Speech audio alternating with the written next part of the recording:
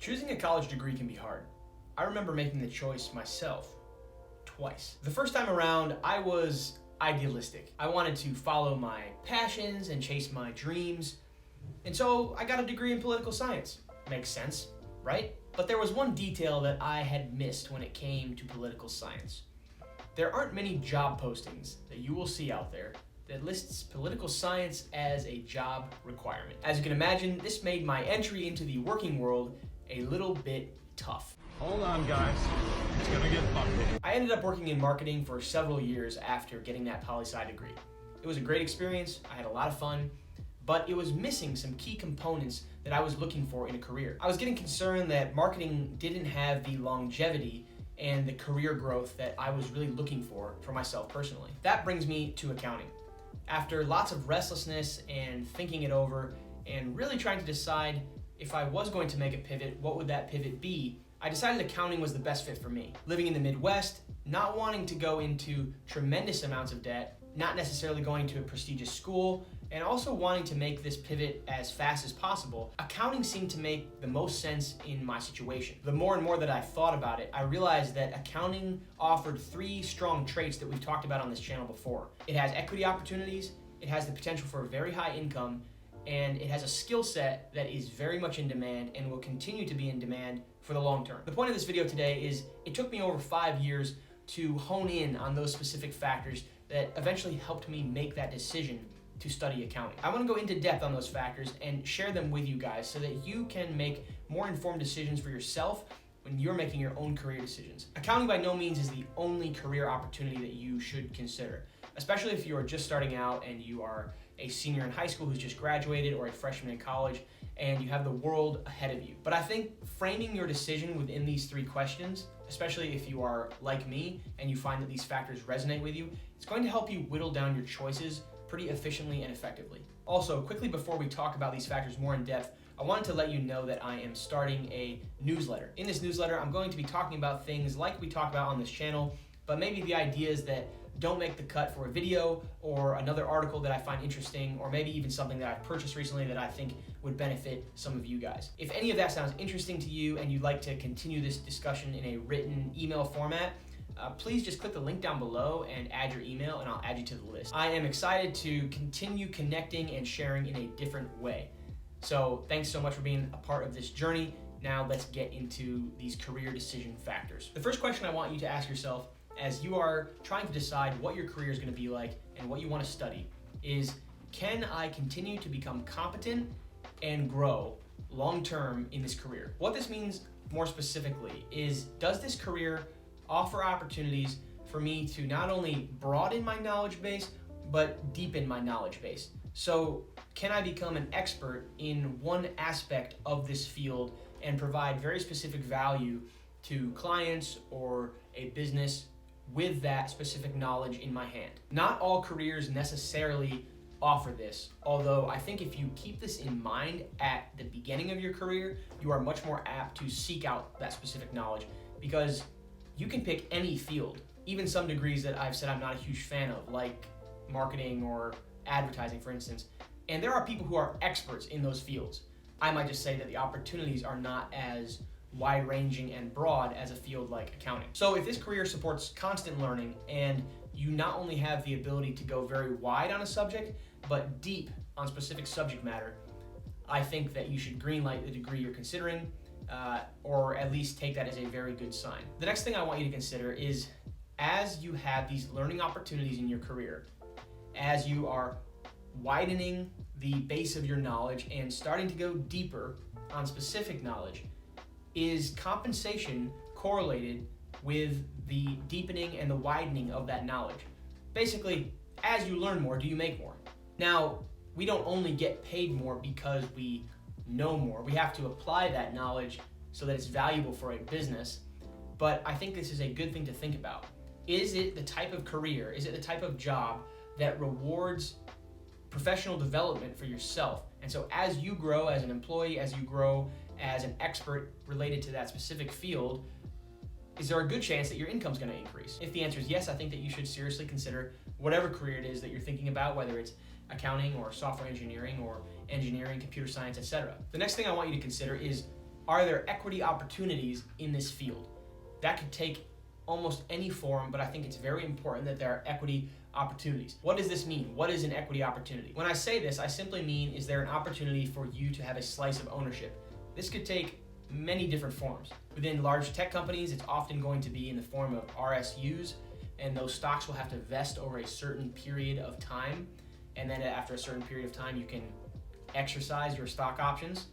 And the great thing about that is that you often get those stock options at a very low price. And so if you're in a very large tech company, especially if you get in early, the value of these options can far outweigh your W-2 compensation and really can be the primary driver of your wealth. Your career path might also have a more direct form of ownership available, like in the form of a partnership or LLC or some other legal entity like a corporation. And that's going to allow you direct ownership or a slice of that ownership pie. And that's another great way to accelerate wealth creation for yourself. Or potentially, is your income level so high, even if there isn't a direct equity opportunity, you could invest the excess of your income into other assets like the stock market, index funds, etc., that are going to give you that long-term consistent growth. Equity is something that is not talked about at all, I think, in high school or college. But people who grow serious businesses, who grow serious wealth over time, use equity to their advantage in their careers. The next thing I would suggest that you think about is the trajectory of your pay scale. Let's take the example of a doctor versus accountant. A doctor, we all know, has a tremendous amount of time in school. Oftentimes, many doctors have a lot of debt, and so by the time they get out of school, they are generally a bit older, maybe approaching 30 or maybe even beyond 30, and they have a lot of debt they need to pay back.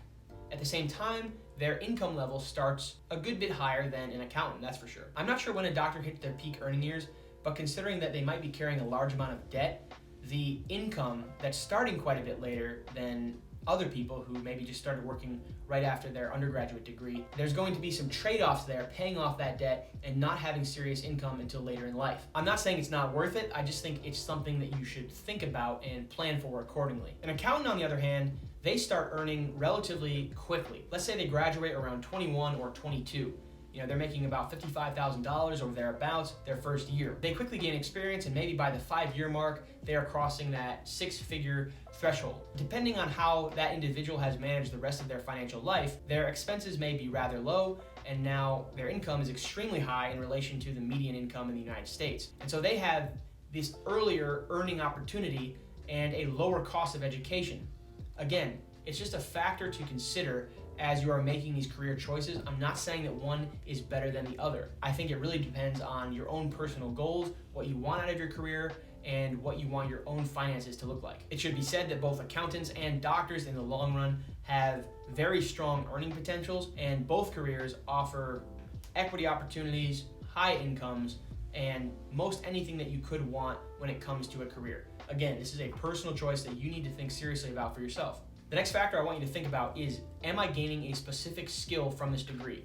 We talked about this a little bit earlier in the video, just very briefly, but there are so many degrees you can get nowadays that don't apply directly to the market. My first degree is a great example of this. I studied political science, and when you go to job posting boards, no one hires for political science. Of course, I'm not here to completely discredit that degree. I could have gone to law school, I could have taken it another direction, and you can apply those skill sets to real jobs. We obviously have political scientists who do incredible, fascinating work that I still listen to every single week. I still find the field very, very interesting, but for me, I didn't find it highly viable long term, and I kind of had a realization that I wanted to go a different direction. So for you, as you're deciding, ask yourself, am I gaining a specific skill with this degree? Am I going to be hireable upon completion of this degree? I think maybe out of all of the factors, this one is the most practical, and it's something that you should put some serious weight behind. Alongside of that, another point that I would make, and another thing I think that you should think about, is, does this degree have a strong internship pipeline? What I mean by that is, do firms recruit directly from your school for whatever career that you're in? If you're studying accounting, the Big Four should be recruiting from your school. If they're not recruiting from your school, this is going to make things a lot more challenging for you. This applies to any degree that you're studying. If you're studying to be a teacher, you need to be getting that student teaching experience. You need to be getting that experience in a classroom when you are still in school so that you can apply that down the road. Not only apply it though, you're going to build relationships during that teaching experience that potentially could be very, very, very valuable to your first career opportunity, to your first teaching position. I could go on and on and on about the importance of an internship experience, but having a high quality internship experience can really supercharge your first years outside of college. Finally, and this has already kind of been mentioned, but I would just say, think about how long you need to be in school before you start earning. Again, to use the doctor example, a doctor has to be in school for many, many, many years compared to an accountant. An accounting degree is probably about a 5-year commitment, and I think doctors can even be up to 8 to 10 years of total college and post-college time before they are really prepared to launch fully into their field. This isn't to discredit one degree over another, but you should think about the importance, and it's kind of a time value of money thing, where you start earning earlier in life and then that money can start working for you sooner. If you start working a little bit later in life, you miss out on some of those key early years where your money could be compounding and growing for you. I hope you guys enjoyed some of these tips. This is just how I have framed my own career decision, and I hope that you find it valuable. If you don't find it valuable and you find it ridiculous, just disregard this video and move along. There are many different ways that people come to these decisions, and you certainly don't have to decide and make a decision just because I did it or this is how I came to my own conclusions. But hopefully you find some of these points helpful, and it gives you something to think about at the very least. If you're not interested in accounting at all, which is completely fine, but you're in that place where you're wondering if you want to make a change, or maybe you're that senior in high school or that freshman in college, and you just find yourself feeling a bit lost, I would encourage you to explore these other degrees like computer science, or maybe a career in sales, or even a career in the trades like plumbing or electrical. All of those have very strong earning potentials, and what I love about them is that you are getting out into the field, you're getting out into the world sooner rather than later, and so your earning potential is going to start to uptick like this pretty significantly. As always, thank you so much for watching. I appreciate everyone who clicks on these videos, and this has been just incredible building this community and getting the engagement in the comments. It's been just phenomenal. If you have any questions at all about your career, where you're at, if you are interested in accounting or you're interested in some other aspect of what we've talked about today, please drop a comment down below. I respond to every single comment, and I love talking to you guys and working out your different problems and what you're facing and providing advice where I can. So as always, thanks again, and I will see you in the next one. And if you like this video and you're looking for some more content to watch, check out these videos.